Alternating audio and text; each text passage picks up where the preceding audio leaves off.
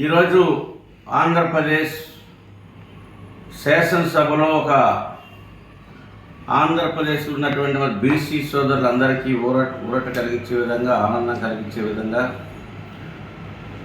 NDA ప్రభుత్వం, గౌరవ ముఖ్యమంత్రి చంద్రబాబు నాయుడు గారు, ఉప ముఖ్యమంత్రి పవన్ కళ్యాణ్ గారు, బీజేపీ రాష్ట్ర అధ్యక్షులు మాధవ్ గారికి బీసీ తరఫున హృదయపూర్వకమైనటువంటి అభినందనలు, ధన్యవాదాలు తెలియజేస్తా ఉన్నాం.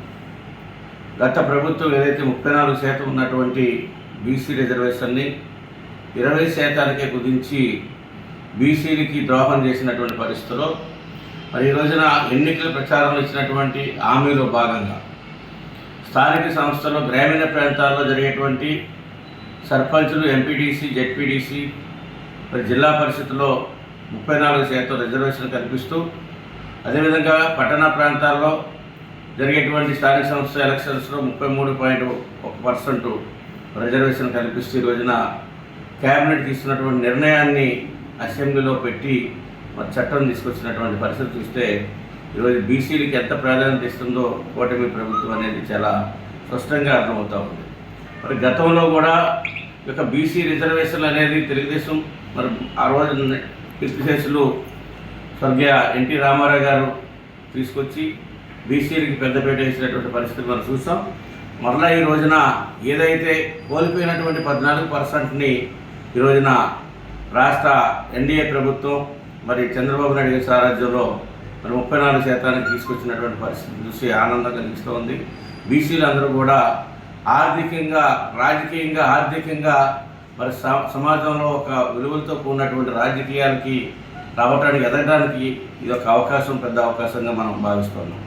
అదే సందర్భంలో స్థానిక సంస్థలను నిర్వీర్యం చేసే విధంగా మరి స్థానికంగా ఉన్నటువంటి ఏదైతే మున్సిపాలిటీలు, మున్సిపల్ కార్పొరేషన్లో ఏదైతే ప్రత్యక్ష ఎలక్షన్ ఉన్నటువంటి దాన్ని 2005లో రాజశేఖర రెడ్డి గారు పరోక్ష ఎలక్షన్ తీసుకొచ్చి స్థానిక సంస్థలను నిర్వీర్యం చేసినటువంటి పరిస్థితిని చూసాం.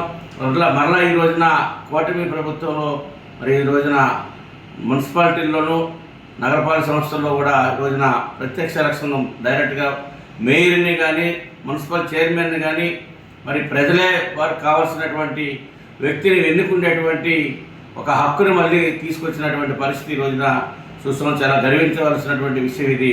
ఈ సందర్భంగా రాష్ట్ర ప్రభుత్వానికి, ఎన్డీఏ కూటమి నాయకులకి, రాష్ట్ర ముఖ్యమంత్రి చంద్రబాబు నాయుడు గారికి, ఉప ముఖ్యమంత్రి పవన్ కళ్యాణ్ గారికి, బీజేపీ అధ్యక్షుడు మాధవ్ గారికి అందరికీ కూడా హృదయపూర్వకమైనటువంటి అభినందనలు తెలియజేస్తూ ఉన్నాం. ఇదంతా బీసీలంతా కూడా దీన్ని స్వాగతిస్తూ ఉన్నారు.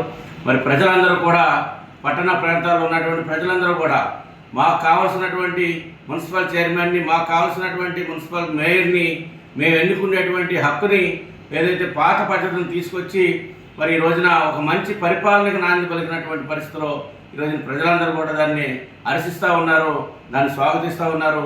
ఈ సందర్భంగా ప్రజానీకం తరఫున రాష్ట్ర ప్రభుత్వానికి, ముఖ్యమంత్రి చంద్రబాబు నాయుడు గారికి, పవన్ కళ్యాణ్ గారికి మరి హృదయపూర్వకమైనటువంటి అభినందనలు తెలియజేస్తూ ఉన్నాం. ఏదైతే కూటమి ప్రభుత్వం ఉందో ఒక మంచి సుపరిపాలన అందించాలన్నటువంటి లక్ష్యంతో పనిచేస్తూ ఉంది. దానికి ఈ రోజున ఇది ఒక మార్గదర్శకం అని చెప్పేసి తెలియజేస్తూ ఉన్నాం.